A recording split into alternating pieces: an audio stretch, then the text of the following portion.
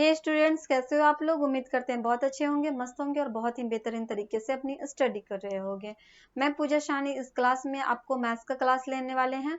Maths के class में हम आपको बता दें, आप लोग का चल क्या रहा था, रेशनल नंबर का क्लास चल रहा था, जिसमें हम आपको एडिशन भी बताए हैं, सब्ट्रैक्शन भी बताए हैं एंड मल्टीप्लीकेशन भी आपको बता दिए थे कि रेशनल नंबर को कैसे हम लोग ऐड करेंगे, सब्ट्रैक्ट करेंगे एंड मल्टीप्लाई करेंगे।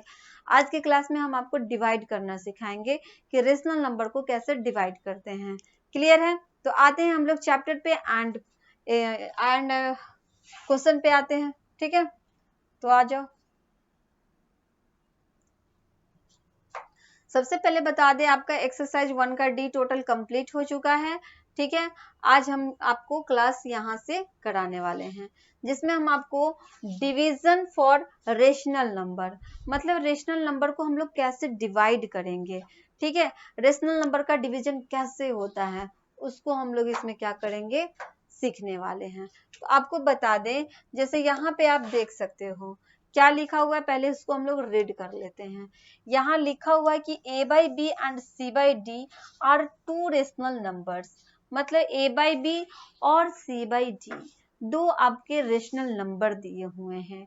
एक a by b दिया हुआ है, दूसरा rational number c by d दिया हुआ है, जिसमें आपसे कहा गया such that a by b not equal to 0, जिसमें a by b जो है 0 के इक्वल नहीं है, 0 के बराबर नहीं होता है। क्लियर है? And c by d not equal to 0, और c by d भी जो है 0 के बराबर नहीं होता है। उसके बाद आपसे कहा we define a by b divide c by d equal to a by b multiply d by c।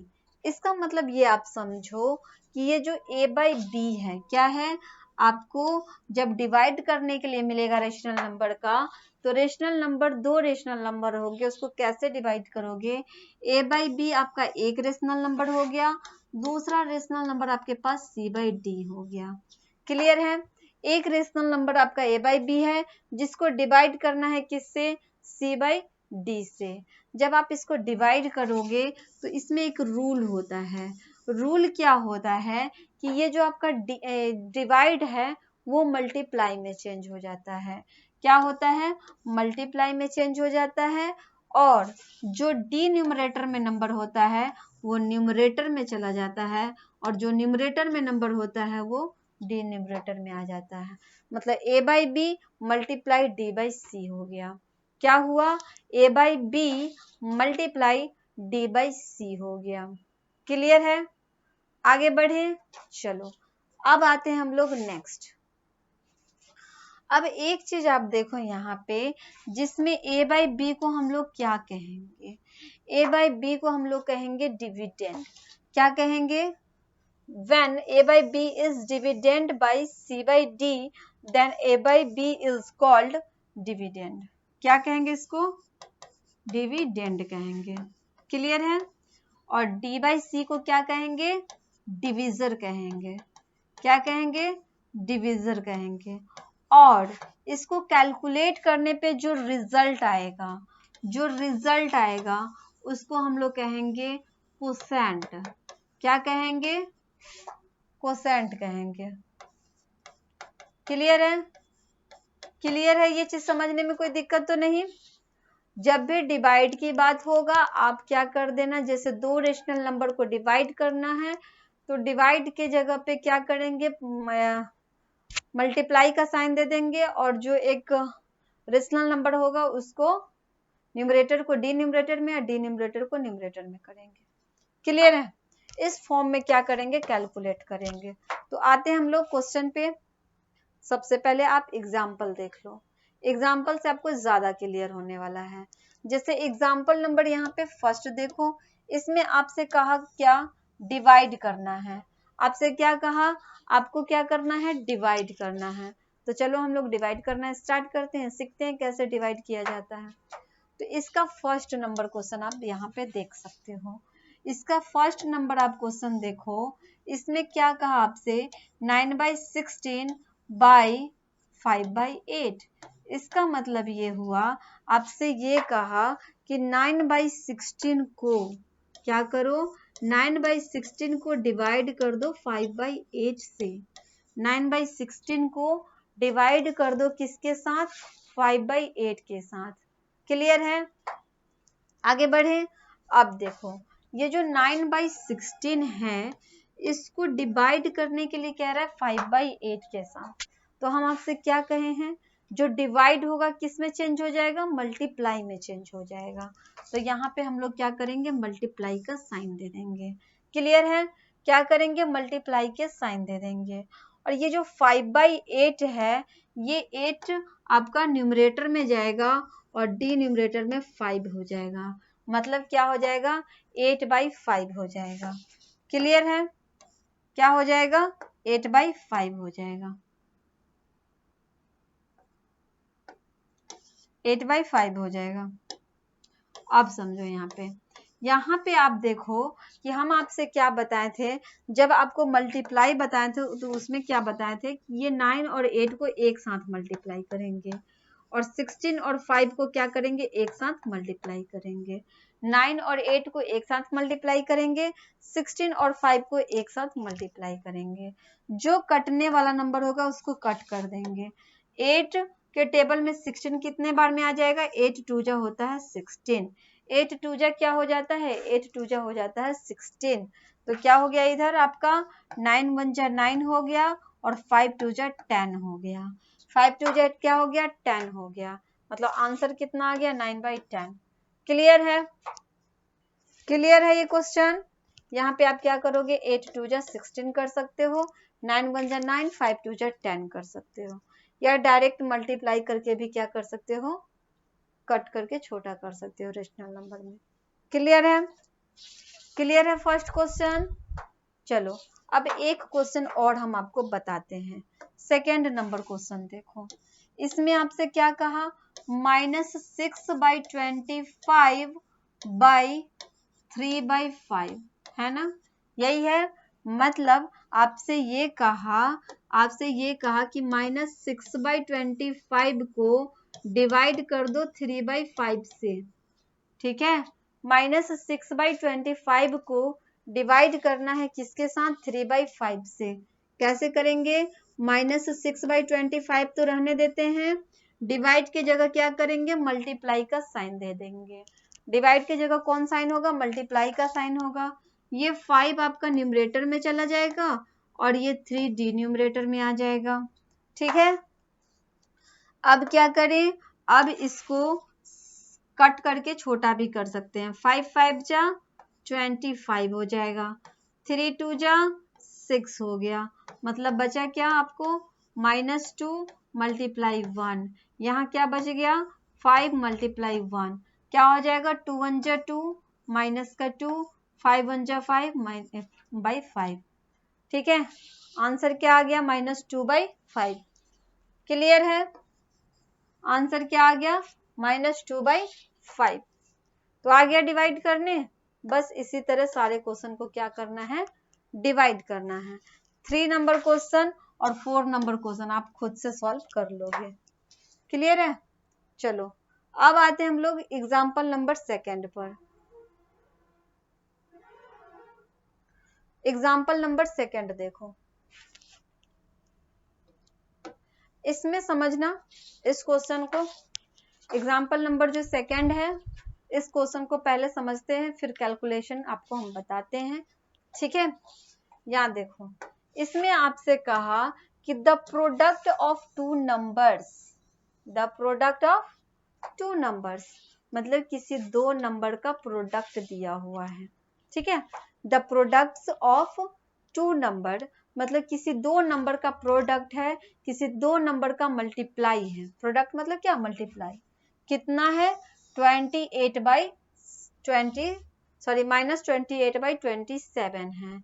If one of numbers is -4/9, जिसमें से एक नंबर क्या है, एक नंबर है आपका -4/9 और आपको फाइंड करना है क्या, दूसरे नंबर को क्या करना है, फाइंड करना है। तो इसको कैसे कैलकुलेट करेंगे वो देखो, यहाँ लिखेंगे let the other number be x, क्योंकि हमको दूसरा नंबर ही फाइंड करना है ना। क्या करना है, दूसरे नंबर को फाइंड करना है। तो हम कुछ मान लेते हैं। लेट, जो कि यहाँ देखो आपको यहाँ पे करके दिखाया है, let the other number be x, मतलब दूसरा नंबर को मान लो कि x है, ठीक है। दूसरा नंबर क्या है, x है, और पहला नंबर क्या है, -4/9 है। तो दो नंबर का मल्टीप्लाई किया, एक नंबर आपका x है और दूसरा नंबर है आपका -4/9। क्लियर है। कोई दो नंबर का मल्टीप्लाई आपसे कहा, तो एक नंबर आपका x है, दूसरा नंबर है -4/9, दोनों का प्रोडक्ट दिए हुआ है। दोनों का प्रोडक्ट क्या दिया हुआ है, दोनों का प्रोडक्ट दिया हुआ है -28/27। क्लियर है, -28/27 दिया हुआ है। अब इसको कैसे कैलकुलेट करेंगे, वो देखो, आपको निकालना है दूसरा नंबर, ठीक है। तो x इक्वल टू हो जाएगा -28/27, ठीक है। और यहाँ पे क्या है, मल्टीप्लाई में है, जब इक्वल के दूसरे साइड में भेजोगे तो ये क्या हो जाएगा, डिवाइड में हो जाएगा। तो डिवाइडेड बाय क्या हो गया, -4/9 हो गया। क्लियर है, -4/9 हो गया। -27 डिवाइड कितना हो गया, -4/9 हो गया। अब देखो यहाँ पे x इक्वल टू क्या हो जाएगा, -28/27। हम आपसे क्या कहे हैं, डिवाइड में साइन चेंज हो जाता है, तो डिवाइड के जगह मल्टीप्लाई हो जाएगा, मल्टीप्लाई -4/9, ये जो 9 है ये ऊपर चला जाएगा और -4 आपका नीचे आ जाएगा। 9 क्या होगा, ऊपर जाएगा, और -4 क्या होगा, नीचे आएगा। चलो अब इसको कट करके क्या कर देते हैं, छोटा कर देते हैं। 9 के टेबल से 27 चला जाएगा। 9 3 क्या होता है, 9 3 होता है आपका 27। यहाँ देखो इस माइनस से ये प्लस हो जाएगा, ये माइनस से ये माइनस कट हो गया। 4 7 क्या होता है, 4 7 होता है 28। मतलब आपको ऊपर में नंबर बच गया 7 × 1, नीचे बच गया 3 × 1। 7 1 7, 3 1 3, मतलब कितने आ गए, 7/3। क्लियर है, क्वेश्चन।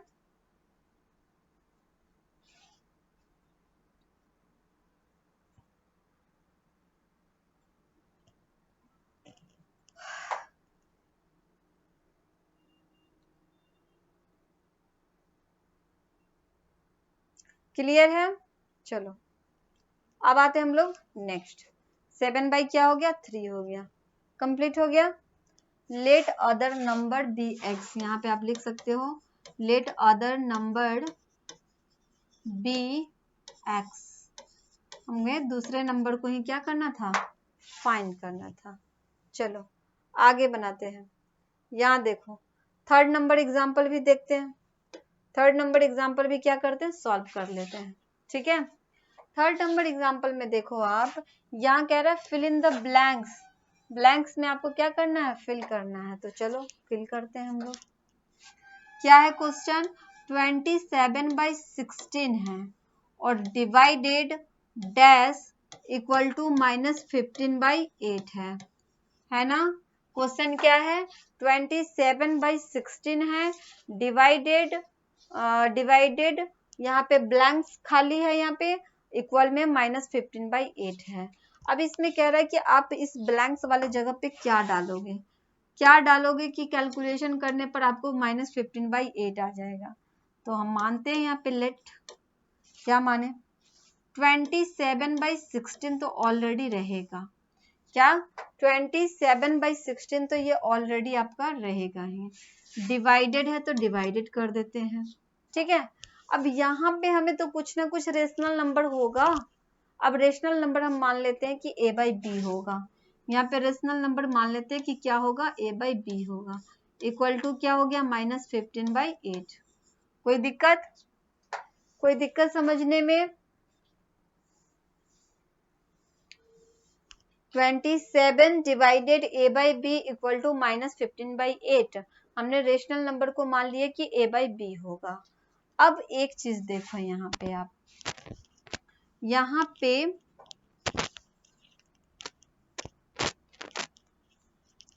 देखो, आपको फाइंड क्या करना है, a बाई बी करना है ना। क्या करते हैं, 27/16 रहने देते हैं। ये जो डिवाइड होता है मल्टीप्लाई में चेंज हो जाता है। डिवाइड किस में चेंज हो जाता है, मल्टीप्लाई में चेंज होता है। और b ऊपर चला गया, a नीचे आ गया, इक्वल टू -15/8। क्लियर है। अब इसमें हम लोग क्या करें, ये b बाई ए को यहीं रहने देते हैं, -15/8 को यहीं रहने देते हैं। ये जो आपका 27/16 है, क्या है, 27/16 है, इसको क्या करें, इसको इक्वल के इधर साइड में भेज देते हैं। तो इधर आपको लिखना होगा 16/27। क्या लिखना होगा, 16/27 होगा, क्योंकि जब आप दूसरे साइड में इसको भेजोगे, दूसरे साइड में भेजोगे तो ये नंबर आपका, ये जो 16 है ऊपर चला जाएगा, 27 नीचे आ जाएगा। क्लियर है, मल्टीप्लाई में। अब इसको कट कर सकते हैं, इसको कट कर सकते हैं। यहाँ पे 8 के टेबल से 16, 8 2 जा 16 हो जाएगा। 15 की बात करूँ तो 3 9 जा 27, 3 5 जा 15। इधर कितना हो गया, 5 2 जा 10, माइनस का 10 आया, बाई क्या आ गया, 9 आ गया। मतलब b बाई ए का मान कितना आ गया, -10/9 आ गया। लेकिन आपको फाइंड क्या करना है, a बाई बी करना है। तो a by b equal to क्या हो जाएगा, ये 9 आपका ऊपर जाएगा और -10 क्या होगा, नीचे आ जाएगा। तो आप इसको लिख भी सकते हो -9/10। क्लियर है, क्लियर है ये क्वेश्चन। चलो, अब यही था आपका एग्जाम्पल। एग्जाम्पल कंप्लीट हुआ आपका, ठीक है। एग्जाम्पल क्या हो गया, कंप्लीट हो गया। नेक्स्ट आते हैं हम लोग प्रॉपर्टी ऑफ डिविजर। डिविजर का क्या क्या प्रॉपर्टी है, ठीक है। डिविजर का क्या क्या प्रॉपर्टी है उसको देख लेते हैं।